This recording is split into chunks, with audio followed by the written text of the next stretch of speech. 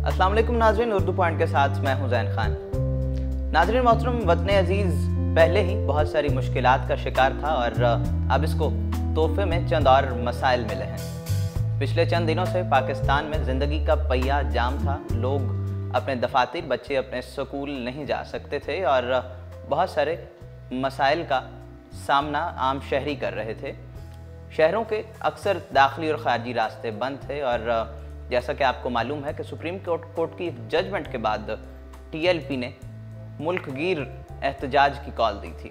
बिलाखिर कल मामलात sort out हुए और हुकूमत ने मुज़ाकरात में कामयाबी जो है वो समेटी है और उसके चंद नुकात हैं, उस पर हम बात करेंगे। और एक और रंदोनाक वाक़या कल रावलपिंडी में पेश आया। जय्यद आलिम मोहतरम समीउल हक साहब का जो कल मर्डर हुआ रावलपिंडी में, वो एक सवालिया निशान है पाकिस्तान की सिक्योरिटी पर और सिक्योरिटी के इदारों पर। आखिर इस मर्डर की, इस शहादत की जो टाइमिंग है, उससे क्या सवालात उठते हैं, इस पर हम बात करेंगे। और पाकिस्तान के वज़ीर आज़म जनाब इमरान खान ने इस पर फौरी कार्रवाई का हुक्म दिया है और सिक्योरिटी फोर्सेस ने कार्रवाइयाँ शुरू कर दी हैं। और आपको बताते चलें कि उनको छुरियों और चाकुओं से कत्ल किया गया था। ये कोई प्री प्लान्ड मर्डर लगता है और इससे फ़ायदा किसको हो सकता है? उनको तालिबान का फादर भी कहा जाता था और अमेरिका और अफ़गानिस्तान के दरमियान जो मुज़ाकरात हो रहे हैं उसमें भी वो मीडिएटर का किरदार अदा कर रहे थे। क्या ये इंटरनेशनल कॉन्स्पिरेसी है या फिर कोई इंटरनल दहशतगर्दी का वाक़या है? इसके अलावा हम बात करेंगे कि पाकिस्तान के वज़ीर आज़म जनाब इमरान खान साहब दौरा चाइना पर मौजूद हैं। कमोबेश 15 जो मुआहदे हैं पाकिस्तान और चाइना के दरमियान, उन पर उन्होंने साइन किया है और उनका बड़ा इस्तकबाल भी किया गया है। हम बात करेंगे, हमारे साथ मौजूद होंगे जनाब उमर दराज गोंदल साहब, एंकर पर्सन हैं। उनकी राय जानेंगे कि वो इस बारे में क्या कहते हैं और उनका तजिया लेंगे। हमारे साथ मौजूद हैं उमर दराज गोंदल साहब। अस्सलाम वालेकुम सर।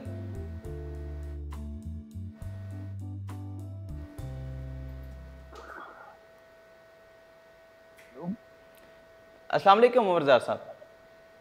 जी वालेकुम सलाम। बहुत शुक्रिया सर उर्दू पॉइंट को वक्त देने का। सर बताइएगा, जो समीउल हक साहब का जो कत्ल हुआ है, जो शहादत हुई है, बहुत बड़ा वाक़या है और अस्करी और सियासी क़यादत इसकी मज़म्मत भी कर रही है। तो इसमें आपकी राय क्या है कि सर ये कोई अंदरूनी दुश्मन है या बैरूनी दुश्मन है? किसको फ़ायदा हो सकता था इससे? अच्छा जैन साहब, एक तो शुक्रिया इस मौजूद पे बात करने के लिए, आपने मुझे मौका दिया।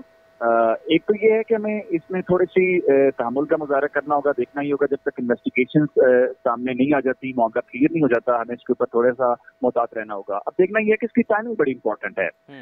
जिस वक्त उनको कत्ल किया गया उस वक्त मुल्क के अंदर एहतजाज हो रहा था और कम्युनिकेशन के तमाम रास्ते बंद थे, तमाम जो जराए हैं उनको कुछ हुकूमत की जानिब से एहतियाती तदाबीर के तौर पर बंद किया हुआ था। तो अनारकी फैलाने की कोशिश हो सकती है। दूसरा, अगर उनका एक रोल था, उनका रोल अफगानिस्तान के हवाले से था, कुछ ऐसे अनासिर जो वहां पे सरगर्म है, उनसे उनके उस्ताद और शागिर्द का एहतराम के तौर पर भी एक रिश्ता था। तो पाकिस्तान इस तरह से अपना रोल प्ले कर सकता था। जो अफगानिस्तान का पीस प्रोसेस है उस अंदर मौलाना समीउल हक साहब का एक बड़ा रोल हो सकता था और होता था। बिल्कुल हमने देखा माजी में उनको जिम्मेदारी मियां नवाज शरीफ साहब ने कर दी थी जब तहरीके तालिबान पाकिस्तान के साथ बातचीत करनी थी। तो मुमकिन तौर पर यह भी हो सकता है कि कोई जो बैरूनी ताकतें हैं वो इससे मुलविस हों। बहरहाल ये हम हतमी तौर पर तो नहीं कह सकते, ये तो वो स्पेकुलेशन हैं जो गर्दिश कर रही हैं या हमारी राय है। हमें इंतजार करना होगा।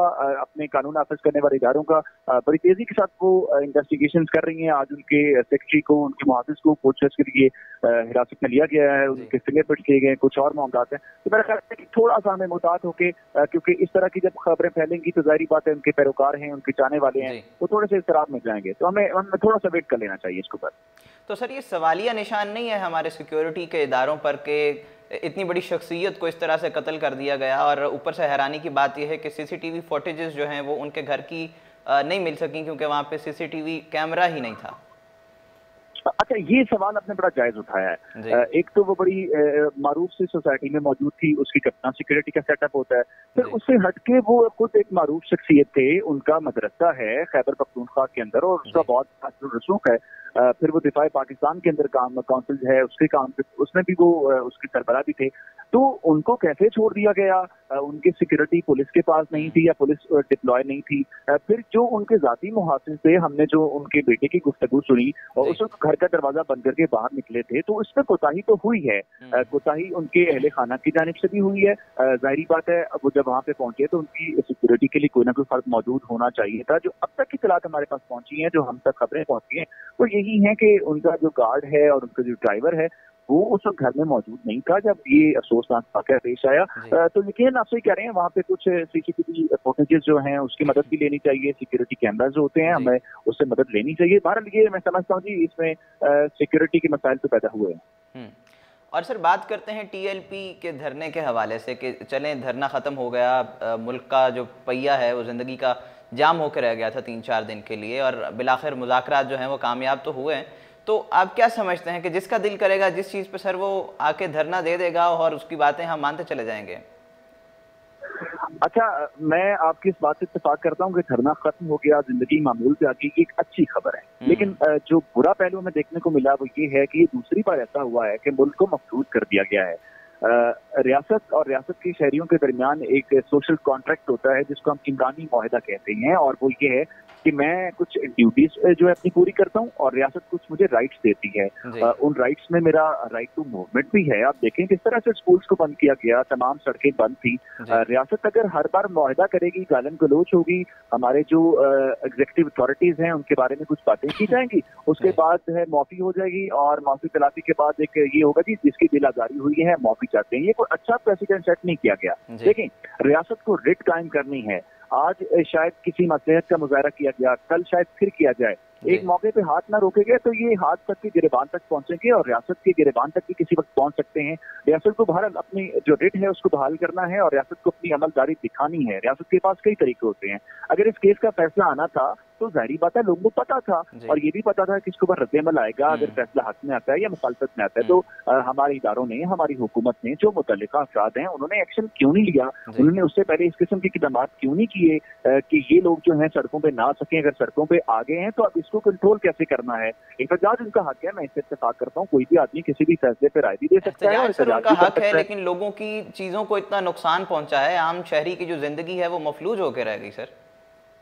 जी देखिए ना, एक बच्चा स्कूल जाना चाहता है, आपने उसको 3 दिन की एजुकेशन उसकी मुतासिर की है, उसका बुनियादी हक आपने मारा। किस्म की अफसोसनाक तस्वीर हमें देखने को मिली कि एक वालिदा अपने बच्चे को ट्वीट करी थी रोड के ऊपर बैठ के, ये कौन सा दीन इसकी इजाजत देता है? फिर मैंने जाती तौर पर एक वाक़े से इस तरह से मैं वाकिफ हूँ कि जनाब जनाजा था और उनकी डेड बॉडी फंसी हुई थी एक जगह पे और 2 से 3 बार जनाजे की जो टाइमिंग है वो चेंज करनी पड़ी। ये कौन सी अखलाकियात हैं? और दुनिया में हमारा क्या इमेज, क्या इंटरनेशनल मीडिया जो था इसके ऊपर गहरी नजर रखे हुआ था, मुसलसल अपडेट कर रहा था। आपको जरा वो अल्फाज तो सुने, वो लबो लहजा तो देखें जो इस धरने के दौरान और इस एहतजाज के दौरान वो जो आशिकाने रसूल अपने आप को क्लेम कर रहे थे वो किस किस्म का मुजाहरा कर रहे थे। लेकिन बहरहाल हमारा मसला उनसे नहीं है, हमारा मसला रियासत से है।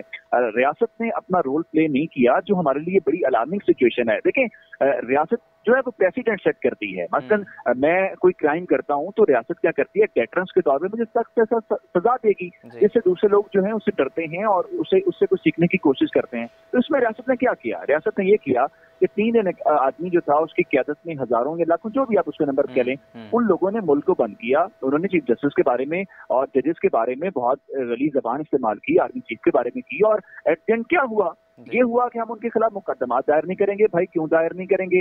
अब मेरी अगर या आपकी या किसी भी फर्द की जो गाड़ी जला दी गई है उसको कॉम्पेंसेट कौन करेगा? आप तो कह रहे हैं दिलदारी हुई तो माफी हो गई। अब उस गाड़ी की या किसी का जो जाती नुकसान हुआ है, सरकारी इमलाक को नुकसान पहुंचा है, उसको कॉम्पेंसेट कौन करेगा? स्टेट करेगी या वो साहब करेंगे जिनके पैरोकार वहां पे कर रहे थे? तो मेरा ख्याल यह है कि अच्छा प्रेसिडेंट सेट नहीं हुआ। एक अच्छी खबर सिर्फ इतनी है कि आज मामलाते जिंदगी बहाल हो गए हैं, लेकिन कल को फिर मफलूज हो जाएंगे, फिर क्या करेंगे? क्या फिर कोई नुकसान होगा? फिर ये सब कुछ होगा। तो मेरा ख्याल है कि रियासत ने जो इक़दाम करने थे, ये रियासत की मैं इसको नाकामी समझता हूँ। जी सर, बात करते हैं, इमरान खान साहब चाइना गए हुए हैं और कोई 15 ऐसे मुआहदे हैं जिन पर उन्होंने साइन किया है, उनका बड़ा इस्तकबाल भी किया गया है। इस दौरे को किस तरह देख रहे हैं और पाकिस्तान को क्या फ़ायदा मिल सकता है? सर, पहले हमने सऊदी अरब से भी कर्जा लिया, IMF के पास हम नहीं गए, तो इससे लग रहा है कि बच जाएंगे हम IMF के पास जाने से? अच्छा जैन, मैं इंटरनेशनल रिलेशंस का स्टूडेंट होने के नाते अगर इस मामले को देखूं तो सऊदी अरब का जो दौरा था उसमें $3 अरब की हमें कैश आनी थी। फिर हमें कुछ जो तेल है वो उधार मिलना था, कुल मिला के वो $12 अरब मिलते हैं। लेकिन जिस किस्म के साथ हमारी इकोनॉमी की सिचुएशन है उसमें एक अच्छी चीज तो है, क्योंकि वजीर आजम साहब की कोशिश ये थी कि हम IMF के पास ना जाएं। अब दूसरा मामला है चाइना का, जहाँ पे इस वक्त प्राइम मिनिस्टर मौजूद हैं, कुछ माहिदों पर दस्तखत भी हुए, उनकी आज चीनी प्राइम मिनिस्टर से मुलाकात हुई। कल हमने देखा था कि जो प्रेसिडेंट है शी जिनपिंग, उनके साथ मुलाकात हुई थी। देखें, पैसा शायद वहां से आ जाए, लेकिन अमेरिका में और चीन में फर्क है। अमेरिका ने हमेशा हमें एड दी, वो डॉलर्स की मद में थी, वो बिलियन डॉलर्स जो है हमारे पास पहुंचे, लेकिन चाइना ने कभी भी आपको कैश नहीं दी। चाइना ने हमेशा इन्वेस्टमेंट की और इन्वेस्टमेंट की सूरत में उसने मामलात को देखा। अब देखना यह है कि कुछ खबरें ऐसी आ रही हैं, हमें सुनने को मिल रही है कि चाइना से भी कुछ हमें पैकेज ग्रांट की सूरत में मिल सकता है। वो कितना पैकेज है, क्योंकि माजी में इसकी कोई मिसाल ऐसी मौजूद नहीं है कि वो हमें कैश की सूरत में हमारी कोई मदद करें। तो अगर तो वहां से कुछ हमें मदद इस तरह से मिल जाती है, क्योंकि एक और मुल्क से भी पाकिस्तान ने रब्ता किया है, वो है मुत्तहिदा अरब अमारात, उनसे भी कुछ पाकिस्तान ने पैसे मांगे हैं। अगर सऊदी अरब के बाद चाइना और मुत्तहिदा अरब अमारात से कुछ मदद मिलती है तो इकोनॉमी को बेहतर करने में मदद मिलेगी, लेकिन ये लॉन्ग टर्म हल नहीं है। ये ऐसे ही है कि आप पेन किलर ले लें और थोड़ी देर के लिए आपका दर्द तो रुक जाता है, लेकिन आपका जो वो मसला है जिसकी आपकी तकलीफ हो रही थी वो मसला हल नहीं हुआ। वक्ती तौर पर रिलीफ मिलेगा 6 महीने का, 1 साल का आपकी इकोनॉमी के लिए, लेकिन बहरहाल मेरा ख्याल यह है कि फिर भी हम इसको पॉजिटिव वे में लेना चाहिए कि हमारे दोस्त हमारे साथ खड़े हैं। कुछ अर्सा पहले हमारे जो मुखालिफ लोग हैं उन्होंने आइसोलेशन की एक पॉलिसी पर काम किया, वो कामयाब नहीं हुए। चीन हमारा एक पुराना दोस्त है, मुश्किल वक्तों में हमारा साथी है, और देखा जाए तो स्ट्रेटेजिक तौर पर वो हमारा एलाई भी है। इस खत्ते के अंदर इंटरनेशनल लेवल पे एक दूसरे को हम सपोर्ट करते हैं, तो मेरा ख्याल यह एक पॉजिटिव मूवमेंट है, इसको पॉजिटिव लेना चाहिए। लेकिन बहरहाल ये मसले का हल मैं इसको नहीं समझता। मसले का हल सर आप इसको नहीं समझते। बहुत शुक्रिया उमर दराज साहब उर्दू पॉइंट को वक्त देने का। ये हमारे साथ थे उमर दराज गोंदल साहब, एंकर पर्सन हैं, इनका तजिया आपने सुना। और नाज़रीन, कहना सिर्फ ये है कि एहतजाज हमारा बुनियादी हक ज़रूर है, मगर हमारे एहतजाज से किसी और की ज़िंदगी और किसी और की ज़िंदगी का पहिया जाम नहीं होना चाहिए, शहरियों की आमद व रफ्त मफलूज नहीं होनी चाहिए। और जो करंट सिचुएशन पाकिस्तान की चल रही है, हमें चाहिए कि हम मुत्तहिद रहें, हम यूनाइटेड रहें और अपने मुल्क की बका के लिए और बेहतरी के लिए सोचते रहें। उम्मीद करते हैं कि पाकिस्तान जल्द इन हालात से बाहर निकलेगा। ये था आज का प्रोग्राम। अपने मेज़बान ज़ैन खान को दीजिए इजाज़त। अल्लाह हाफ़िज़ नासिर।